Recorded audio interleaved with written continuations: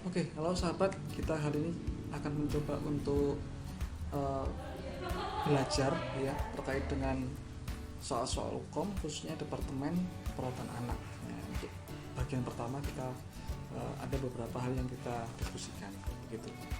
Nah, saudara-saudara, tentang Departemen Keperawatan anak ini ya, kita perlu ingat juga blueprint atau cetak biru yang disiapkan oleh panitia hukum ya, yang juga sebelumnya sudah dibahas secara singkat terkait dengan bidang keilmuan khususnya begitu ya.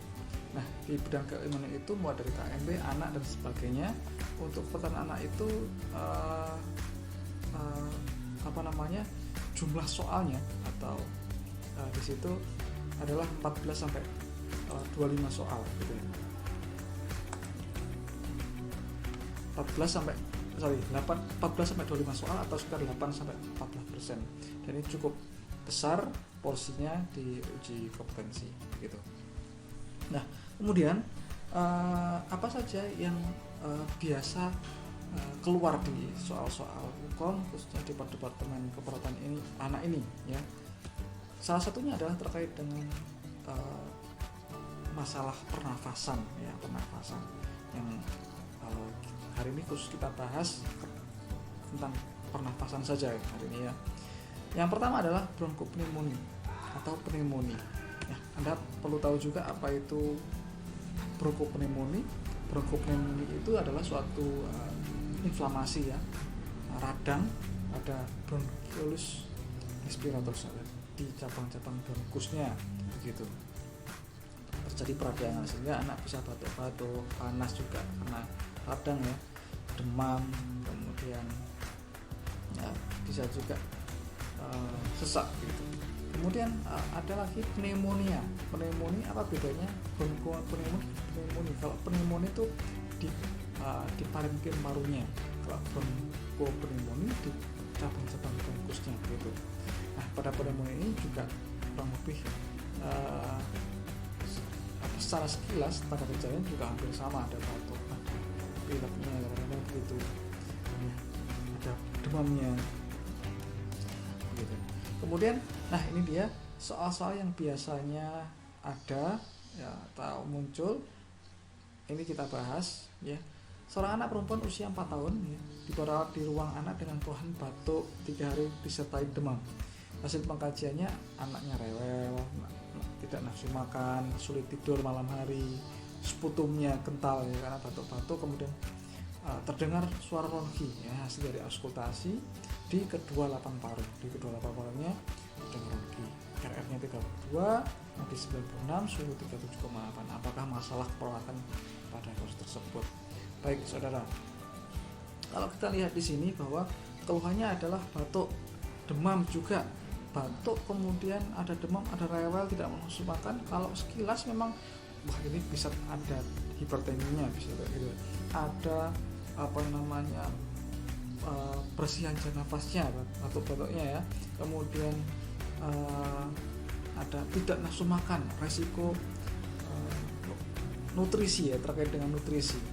Nah, apakah tapi kita perlu juga jangan sampai bingung terkait dengan seperti ini.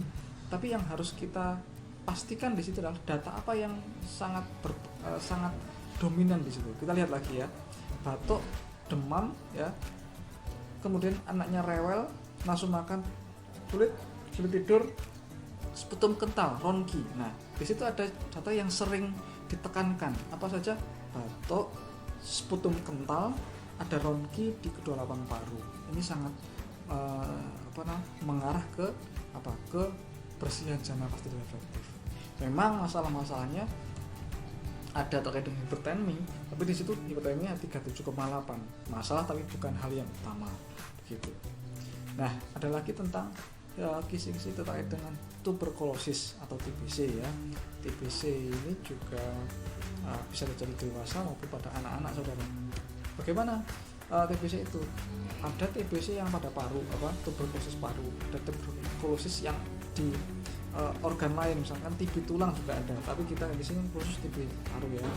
Jadi TB ini seperti yang mungkin dulu pernah di pelajari adalah infeksi Mycobacterium ya, bakteri pada paru-paru ya. Tanda gejalanya yang TBC ini tuh biasanya khas ya, karena gejala khas misalkan adanya batuk lebih dari 2 minggu misalkan begitu, kemudian kalau malam berkeringat kemudian hasil pemeriksaan labnya juga mengindikasikan TBC begitu ya, ada tes yang berkaitan dengan hal tersebut gitu. Hasil bisa jadi pemeriksaan BTA sputum ya, atau pemeriksaan X-ray juga bisa dan sebagainya. Nah, ini contohnya saudara. Seorang laki-laki usianya 5 tahun dirawat di ruang anak dengan keluhan batuk 4 minggu, batuknya 4 minggu, nafsu makan menurun, berat badan menurun, tampak lemas. Nah, itu dia yang saya sampaikan, ada tanda-tanda gejala yang khas ya, berat badan menurun, batuknya yang lama gitu. Ini lebih dari 2 minggu. Kalau di sini kan 4 minggu. Kemudian tampak lemas, berkeringat pada malam hari, itu juga tanda khasnya, nyeri dada, kemudian suhu 37,6, sputum kental, RR30, nadi 90. Pemeriksaan penunjang apakah ya? Ada pemeriksaan fisik, ada pemeriksaan penunjang. Kalau penunjang melibatkan pemeriksaan lab, bisa jadi foto, bisa jadi pengambilan darah ya. Yang dibutuhkan pada pasien tersebut apa gitu. Nah, kita lihat di sini ada tuberkulin test, darah lengkap, swab PCR, tes spirometri, dan elektrokardiografi. Kita perlu bahas ya. Kalau ini adalah tuberkulin test. Tuberkulin test itu pemeriksaan yang bisa dilakukan pada anak untuk memeriksa adanya alergi, adanya TB.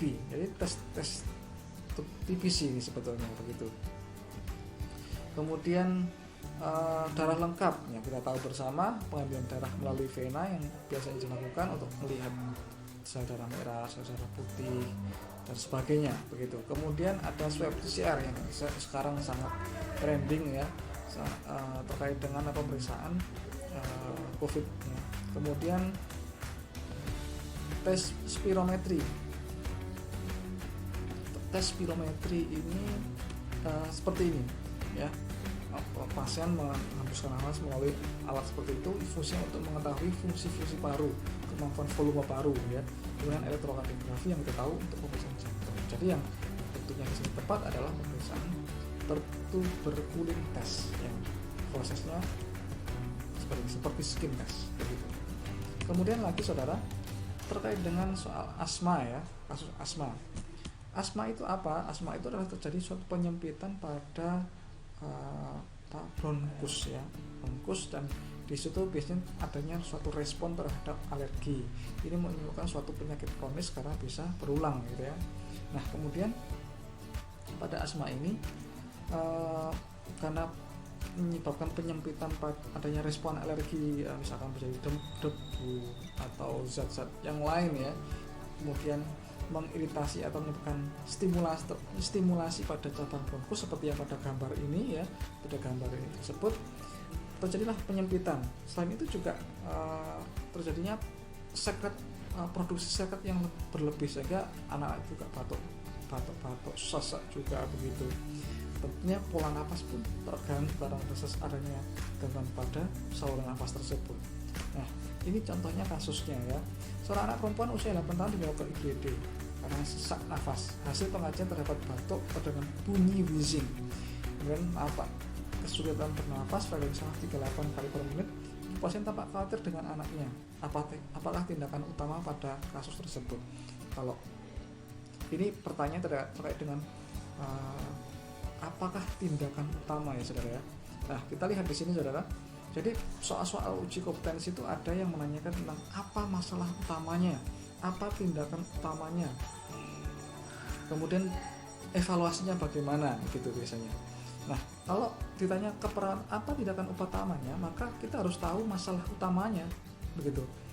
Masalah utamanya apa, baru tindakan utamanya apa. Nah, sekarang kita lihat di sini saudara. Kalau kita baca di sini 8 tahun masuk IGD dengan nafas, pengajian terhadap batuk, bunyi wheezing, nafas nampak kesulitan bernafas, frekuensi nafasnya 38, ibunya khawatir ya. Bisa jadi kalau kita sekilas itu ada masalah kecemasan juga, kemudian ada bersihan nafas ya terkait dengan wheezing, kemudian batuk-batuk saat nafasnya ini. Nah, sekarang kita perhatikan ada sesak, batuk, wheezing. Ini terkait dengan bersihan nafas. Ya. Nah, masalahnya apa? Kemudian maka tindakannya apa? Yang pertama adalah memberitahu pasien agar tetap tenang. Kemudian kalau dengan bersihan nafas seperti ini, memasang oksigen nasal kanul, mengatur posisi semi-fowler, melakukan suction, atau kolaborasi pemberian bronkodilator melalui nebulizer. Yang tepat tentunya adalah pemberian bronkodilator. Bronkodilator seperti apa? Bronkodilator ya seperti ini. Jadi dipasang melalui nebulizer yang biasanya ada beberapa jenis obat yang fungsinya adalah melebarkan bronkus, namanya bronkodilator ya. Bronko itu bronkusnya, dilator dilatasi atau melebarkan, sehingga harapannya anak bisa peluang nafasnya bisa kembali ya, kemudian bersihan jalan nafasnya juga tidak terganggu lagi gitu. Jadi itu saudara yang kita bahas hari ini terkait dengan kasus pernafasan pada kebutuhan anak. Tadi ada pneumonia, ada TBC, kemudian ada juga terkait dengan asma. Terima kasih, semoga bermanfaat.